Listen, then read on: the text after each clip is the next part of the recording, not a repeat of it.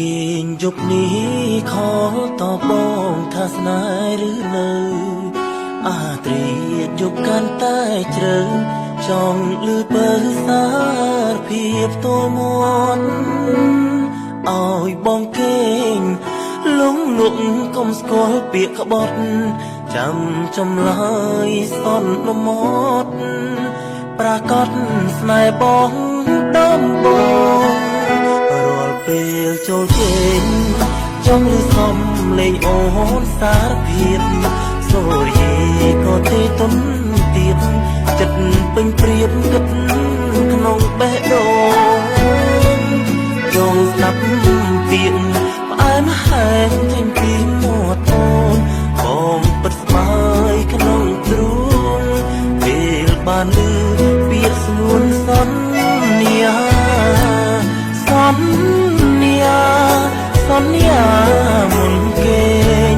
ស្ដាំសូរសៀងសំលេងអាចសំដែងបាញ់ជាងប្រាប់ថាយើងទាំងពីរមានធរណីសាងសីស្នេហានៅលើលោកកាគ្មានអ្នកណាបំបែកភក្តីមុនគេងយប់នឹងចង់ឲ្យដឹងថាចិត្តបងនឹកលងលងរហូតដល់ព្រឹកក៏រលឹកនៅក្នុងដួងใจទុកចិត្តគ្នាគ្មានឡើយពាក្យថាសង្ស័យស្រឡាញ់ស្មងលោកស្រីគ្រងចងរៃវិងនាងទៅឆ្ងាយ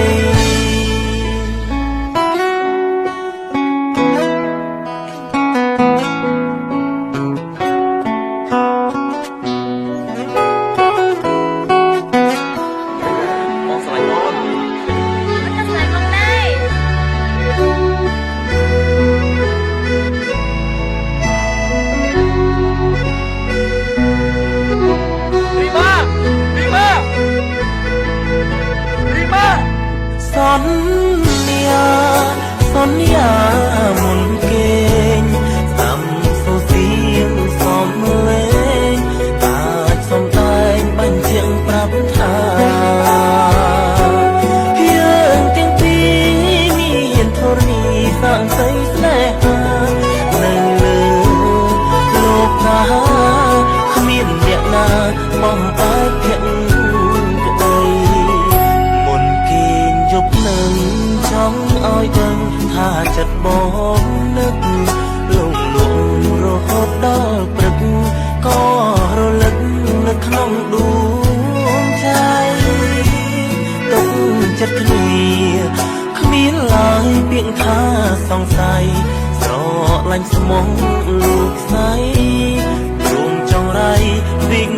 នាងទៅឆ្ងាយ